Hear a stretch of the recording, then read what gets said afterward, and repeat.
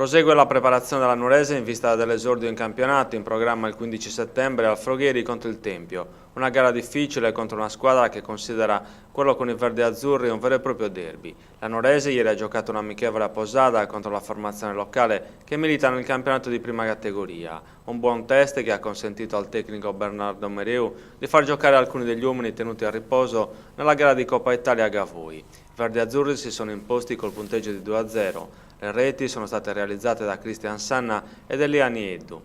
Pur contro un avversario inferiore tecnicamente, la Nuorese ha avuto la possibilità di applicare schemi e meccanismi tattici provati in allenamento.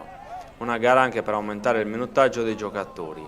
Ovviamente l'attenzione della squadra è rivolta alla gara del ritorno con il Taloro Gavoi anticipata a sabato con inizio alle 17. Il 2-1 del Maristiai firmato dal bomber Luca Balzano mette la Nuorese nella condizione migliore per aggiudicarsi il passaggio del turno, ma il pronostico non è scontato. L'analisi della sfida con il rossoblu infatti ha evidenziato un Taloro in gran forma che nel primo tempo ha tenuto benissimo il campo, mettendo in difficoltà la Nuorese in più di un'occasione. Pressing, corsa e aggressività hanno consentito a Cherchi e compagni di chiudere la prima frazione in vantaggio grazie al gol di Sanna. Un 1-0 che nonostante qualche occasione nel finale dei verdi-azzurri sembrava stare stretto ai padroni di casa.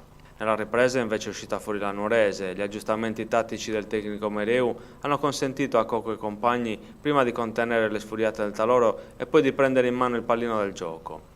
I 2 gol sono stati la logica conseguenza del dominio territoriale della Nuorese che ha dato una dimostrazione di forza, ma in questa fase della preparazione i valori in campo sono spesso influenzati dai carichi di lavoro funzionali anche ai risultati che si vogliono raggiungere. Anche per questo la gara di ritorno è aperta a qualsiasi risultato. La Nuorese sicuramente vorrà passare il turno, lo stesso vorrà fare il Taloro. Quello che è certo è che sarà un derby tirato e combattuto fino al 90°.